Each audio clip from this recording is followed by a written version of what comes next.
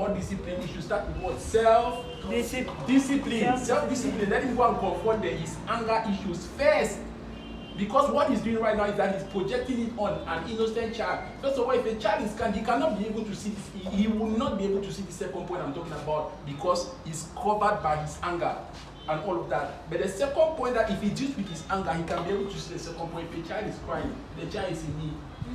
You have not just figured out what a child needs. And it takes patience to be able to figure out what a child needs. No child is born with a manual, like this is what you do. Every child is different. So it takes patience not just from the mother, but from the mother and the father to figure out what the child needs. Yes. When she was trying to push, she held my hand like that. Like, I need to give the hand to you. Absolutely. I looked at her face and the assurance that was on her face, it made me want to do that even more. I think when you were explaining about the situation that we experienced, it's where people are cohabiting. They have been there for long. I know that our parents used to say that they will be there for 40 years, but they were not talking at for many of those years. The key word is connect. You can be married and things are going well in your house, but there is disconnection. I will not explain this connection term very well now. But when there is disconnection with your partner, you will know. I don't know if I'm making any sense. When there is disconnection with your partner, you will know.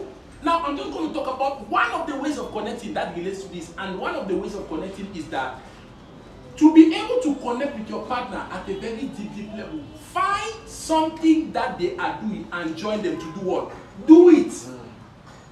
Let me give an example. One of the reasons why affairs are everywhere and cheating is because either God created us to be able to search for connection. But when you're disconnected with your husband in the house, guess what? And let's say one of your hobbies is what? Going to the gym. You are going to meet somebody at the gym who's going to want to connect with you.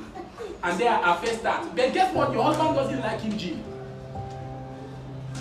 So women like going to the market, it's their hobby. But the truth is that their husband totally hates the market. But you don't know that one of the secrets that God has created when it comes to gender roles is that you can be able to deeply connect in the particular area that your wife is passionate in. But here is a mindset that stops us from this. The kitchen is a woman's. Yes. So you see how the disconnection happens? Now, for me to be able to get connection with my wife, I said that I will not do what my fathers have done before me. We were going to be different. Let me be very honest. It's not as easy as I say it. So many times, even when I practice this, I realize that now the African man in me, because it is something that we have seen, we have experienced, it wants to still come up. But it's something that you have to practice over time and you deal with that mindset. So we decided that, okay, my wife, whatever you do, first of all, I am going to just choose to value you. And for me to value you, I am never going to use that statement that men use that and say that childbearing is your responsibility, the kitchen is that is me demeaning her, it's not me cultivating her. So in order for me to keep my promises, what am I supposed to do? I did not know how to cook, but when I came into my marriage, Mommy, if you want me to be able to help you in the kitchen, therefore teach me how to cook. My wife taught me how to cook. I think there are certain meals right now she knows I can cook better than her. Certain days she just like, oh, when it comes to leave, I even cook her. They say women don't trust men in their kitchen. It's because there is not that connection where there has been the passing of information. But my wife trusts me with the kitchen because she has been able to teach me. And when we are cooking, you know how sometimes both of us are busy.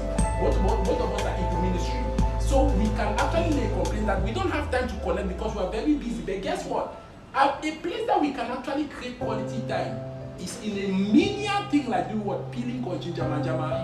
When we are picking konchi jama, both of us are doing it. I'm picking konchi jama, she's cutting tomatoes. And we work as a team. And guess what? We may not have time during our day to talk about the business of our day, who helped us or stuff like that. But when we are cooking like that, that is how we are bonding. If I want to, after she gave birth, I think we talked about doing sports and stuff like that. One of the things that I had not done sports for 5 years. I had not done sports for 5 years or more like that. My body was very stiff. So she started doing sports. I was just laughing at her. It was funny, but it really hurt her. And so for me to be able to make up for that, I decided to start doing sports. And I decided to okay, let us download the videos, we're going to do it together.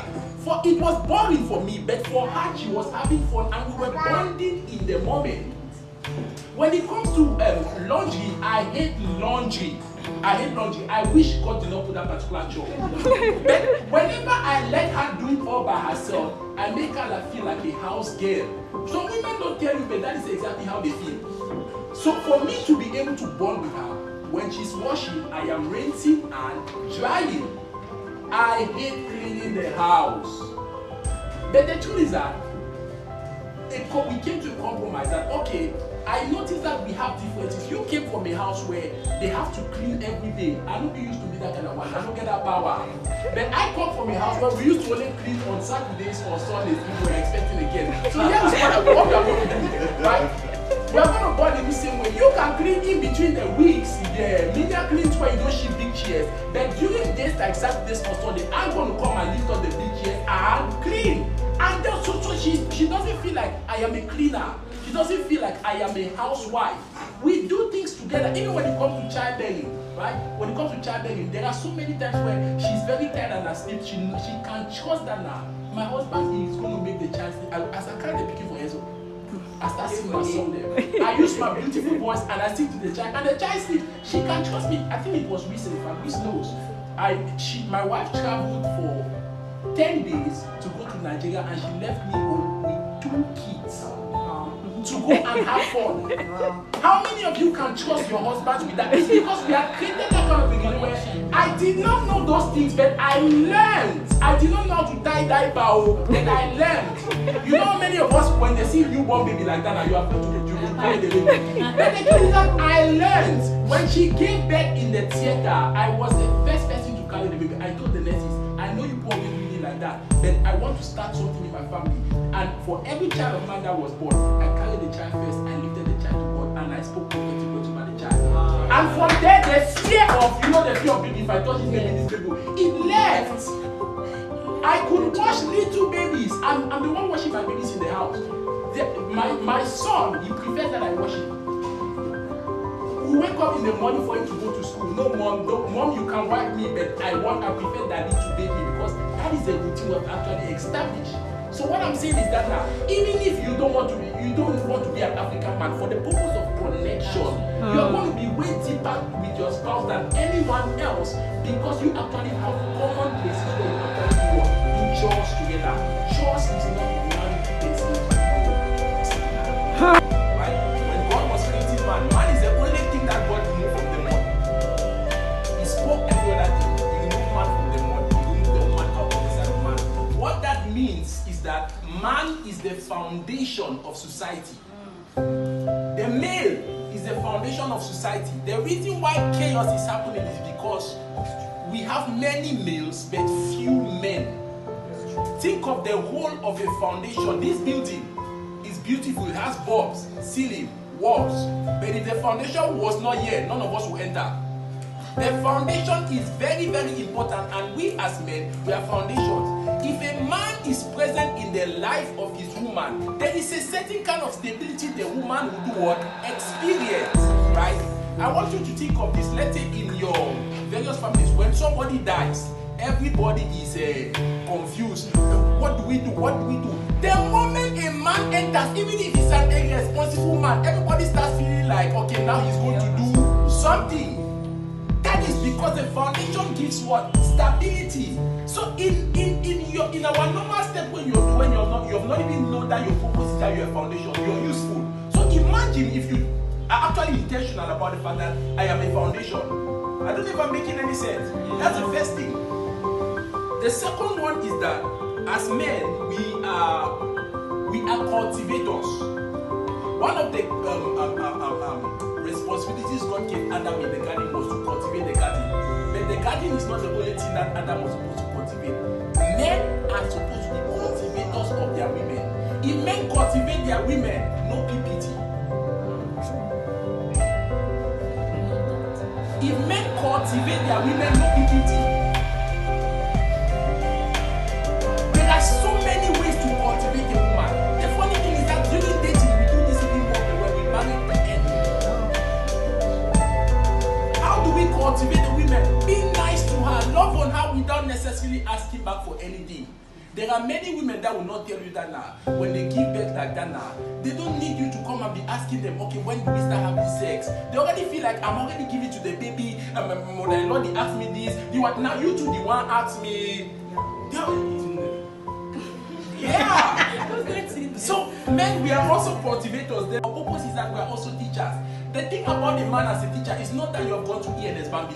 It's about the fact that a man, even when you are not aware that you're teaching, there is somebody looking at you and copying. There are many of us, the habits, the mindset we have is because we saw it from a man. An uncle in the quartier, your father, even a certain man that you don't even know, whose name you don't know. So men, just by being there, you are a role model that people are looking up to. So imagine if we are supposed to stop this particular system right now, you are supposed to model it. You are a teacher. Do you know what PPT is? Do you know how we can avoid it? Do you know how to behave in order for us to actually avoid this? So men, we are teachers. Let's say that. The next thing is that men are providers. I think that most of us in Cameroon, we understand that a man being a provider means that now work hard, earn so much money, and as long as you can pay the bills, you're providing. But that's not true. As a father, our purpose as provider, money is only one of the many things we're supposed to provide. A man is supposed to provide security. Do you know why a woman is always asking that question? I say, what are we? What is she asking for? Security. Assurance. Men, do you provide assurance? Sometimes the lack of assurance brings what? Stress. And on the long run, depression, anxiety. Men, we are also there to provide what? Not just security in the future, security even now. Let me prove this to you. If there is a house where there are about 6 girls living, right? And there is just one little boy, they're probably about 12 or 15 years. When they want to sleep and close the door, they make sure that it is that little boy that does what? Close the door. Because as he is there, as small like that, they feel safe. So imagine that you are there, you as a man. Imagine the kind of safety you have when you are there. I want you to think of this. Why did God give us muscles? God gave us muscles because we are supposed to provide what? Security to the people, our loved ones around. But the problem is that when you are there, do people feel safe? Does your spouse or your partner feel safe? And the last one, yes, I think I've talked about all of that. Now, having mentioned all of these things, God's design for the bringing in of a child into the world was that a child, the best place for a child to come in was in the context of a father and a mother who are married. There is a reason why. Because this is the only covering or context in which all the child's needs are supposed to be met. But how many of us know that marriage today don't turn a different thing? When parents don't even know what they are supposed to do, imagine that a father doesn't know what his purpose is. It means that you can be married and you can actually have children whose needs are not being met.